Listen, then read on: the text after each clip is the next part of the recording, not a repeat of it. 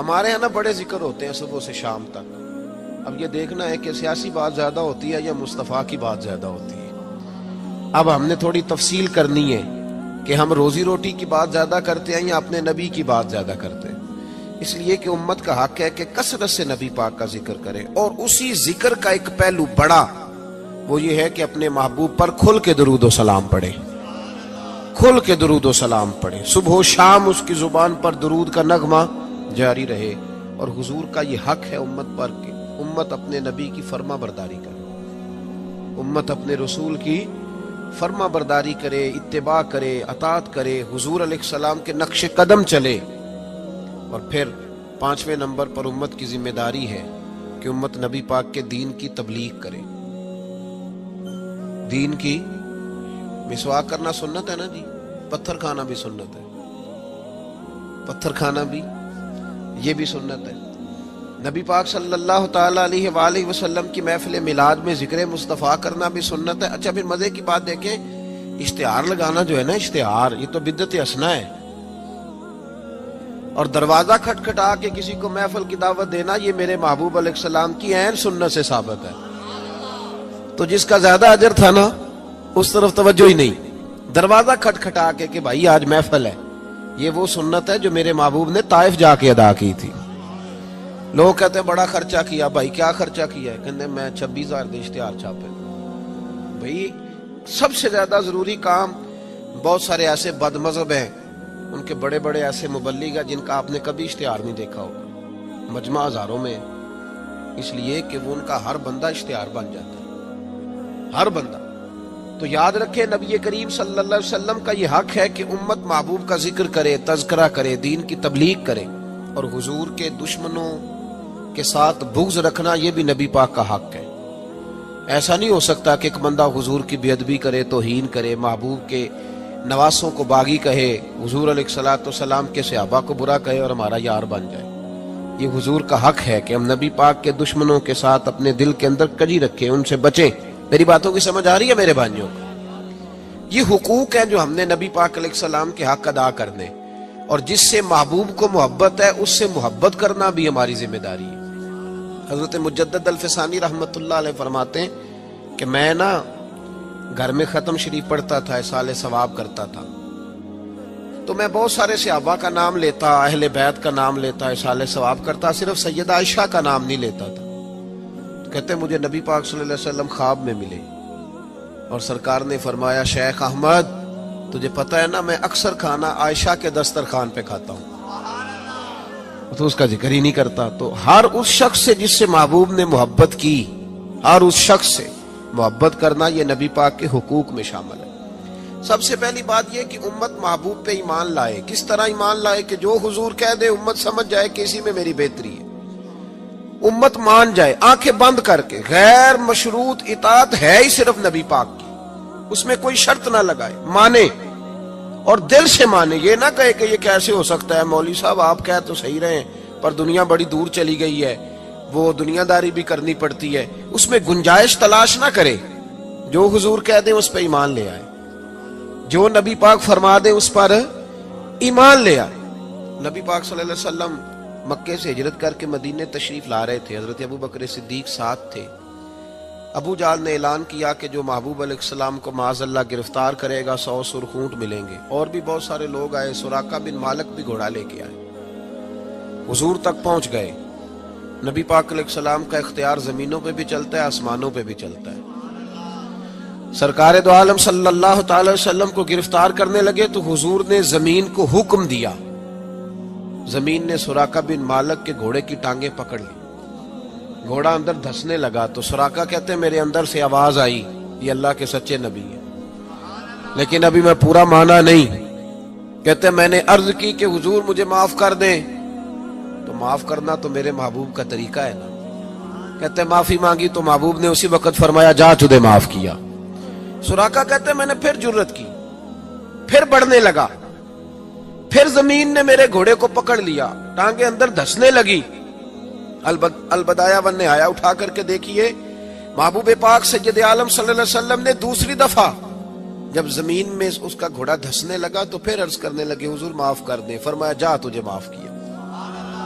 سراقہ کہتے ہیں آواز اندر سے آئی پر ابھی میں پورا مانا، آواز تو ہمارے اندر سے بھی روز آتی ہے کہ بدل جانا چاہیے، ہمیں دین کی طرف آ جانا چاہیے، پر ہم بھی تجربے ہی کرتے رہتے ہیں اللہ ماشاءاللہ۔ کہتے ہیں 3 دفعہ ایسا ہوا، 3 دفعہ نبی پاک نے معاف کیا، پھر میرے اندر سے آواز آئی کہ یہ اللہ کے سچے رسول ہیں۔ جب تیسری دفعہ معاف کیا تو محبوب مسکرانے لگے۔ ایک کسرا کا بادشاہ تھا، توجہ ہے میری بات پر، کسرا کا ایک بادشاہ تھا تو ہاتھوں میں کنگن پہنتا تھا، موٹے موٹے سونے کے کنگن۔ وہ جب بات کرتا نا تو کنگن ہلتے، جس طرح ہمارے حکمرانوں کے بڑے للے تللے نہیں۔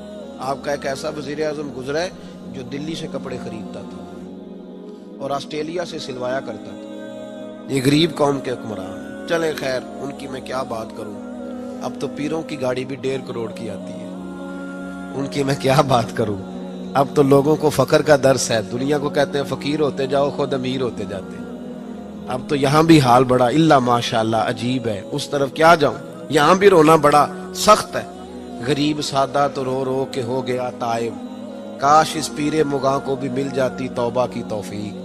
اور اقبال نے کہا یہ نذرانہ نہیں، یہ سود ہے پیران حرم کا جو لگایا ہوا ہے ٹیکس۔ آئے ہو تو کیا لے کے آئے ہو، آمدام برسر مطلب۔ وہ کسرا کا بادشاہ جو تھا وہ کنگن پہنتا تھا، جب بات کرتا تھا تو بجتے تھے، تو مشہور بڑے تھے کہ اس کے کنگن ہیں بھائی۔ نبی پاک صلی اللہ تعالی علیہ وآلہ وسلم کو جب سراقہ آگے بڑھے نا گرفتار کرنے، تو محبوب نے فرمایا تو مجھے پکڑنے آیا ہے، ایک وقت آئے گا کسرا کا علاقہ فتح ہوگا، اس کے وہ کنگن میرے غلام اتار کے لائیں گے، اور سراقہ میں یہاں کھڑے ہو کے سالوں بعد کا وہ واقعہ دیکھ رہا ہوں کہ اس کے کنگن تیرے ہاتھوں میں آئیں گے۔ اب ذرا رک کے سوچئے، مکے سے نکلے ہیں مدینے ابھی پہنچے نہیں، ایک گاؤں پہ بھی مسلمانوں کی حکومت نہیں، میرے محبوب نے اتنی بڑی بات کر دی، کسرا کا علاقہ فتح ہوگا۔ حضرت ابوبکر صدیق مسکرانے لگے۔ عامر بن فہیرہ فرماتے ہیں میرا سینہ چوڑا ہو گیا، بھئی تمہیں کیا ہوا؟ کہنے لگے محبوب نے کہہ دیا ہے تو انشاءاللہ علاقہ فتح ہو کے رہے گا۔ ساڈے نبی دی زبان ساڈے واسطے قرآن، حضور نے فرما دیا لہذا ہوگا، یقین کامل کی دولت۔ سراقہ مسلمان ہو گئے، زمانہ گزر گیا، محبوب علیہ السلام نے وصال ظاہری فرمایا، حضرت ابوبکر صدیق کا دور آیا، پھر حضرت عمر کا زمانہ آیا۔ ایک موقع پہ جنگ ہو رہی تھی، صاحب طبقات نے لکھا ہے جنگ ہو رہی ہے تو کافر قلعہ بند ہو گئے۔ بڑے بڑے قلعے ہوتے تھے، آپ نے دیکھے ہوں گے پرانے قلعے، چھوٹی اینٹ کے بنے ہوتے تھے، لکڑی کا دروازہ ہوتا تھا بہت بڑا، اور دفاعی جنگ جب لوگ کرتے تھے نا دفاعی محاذ پہ، تو 2-3 مہینے کا راشن لے کے لوگ اندر بند ہو جاتے تھے۔ میری باتوں کی سمجھ آ رہی ہے میرے بھائیوں کو؟ اندر بند ہو جاتے تھے، کافر قلعہ بند ہو گئے۔ حضرت سعد بن ابی وقاص رضی اللہ تعالیٰ عنہ کی قیادت میں جہاد ہو رہا تھا۔ اب کافر نہ باہر آتے ہیں، باہر آئیں لڑائی ہو تو پتہ چلے نہ ہارا کون جیتا کون، اب وہ اندر بند ہیں، باہر ہی نہیں نکلتے، اور مسلمان اندر جا نہیں سکتے، قلعے کی دیواریں بڑی اونچی ہیں۔ ایک منجنیق ہوتی تھی گلیل کی طرز پہ بنی، اس میں رکھ کے نا بڑے بڑے پتھر تو اندر پھینکے جاتے تھے۔ پتہ ہے آپ کو منجنیق کیسے ہوتی تھی؟ وہ 2 بڑے بانس رکھ کے نا اوپر، تو اس کو گلیل کی طرز کی بنایا جاتا تھا، رسی ڈال کے نیچے اس کے پتھر رکھ کے 2 آدمی پہلے یوں دوڑے جاتے تھے، پھر چھوڑا جاتا تھا تو پتھر جا کے لگتا تھا۔